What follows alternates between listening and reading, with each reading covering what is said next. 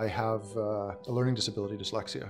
I got completely crushed in some of my science and more math side because math was a challenge being dyslexic, and so that was a huge kind of, I don't want to say wake up call, but it really shot me down psychologically.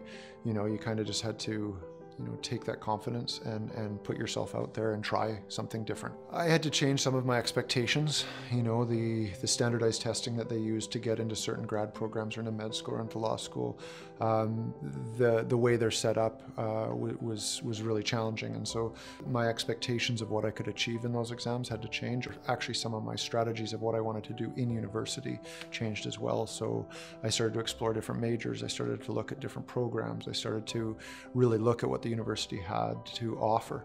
And so while I came in at 17 years old thinking I wanted to go to med school, it switched quite radically over the course of the first probably 3 years. Being dyslexic has influenced my life throughout the whole, up until today, and I've looked at it as actually an advantage, not a disadvantage. Being in entrepreneurship and innovation, I have to look at the world differently. I read differently, I consume differently. I remember when I first started lecturing or when I first did public presentations, I'd write out my script.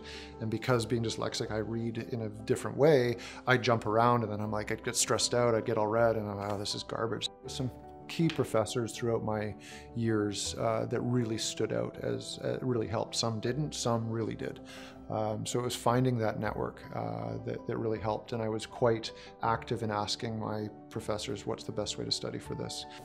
When I'm giving students advice on how to go and talk to people, if you need to go with a friend, go with a friend. You can have that support network, and every time you do it, it'll become easier. Have something that's really just easy, that rolls off your tongue in your own language, in your own kind of way of explaining things, that you can just go and talk to somebody.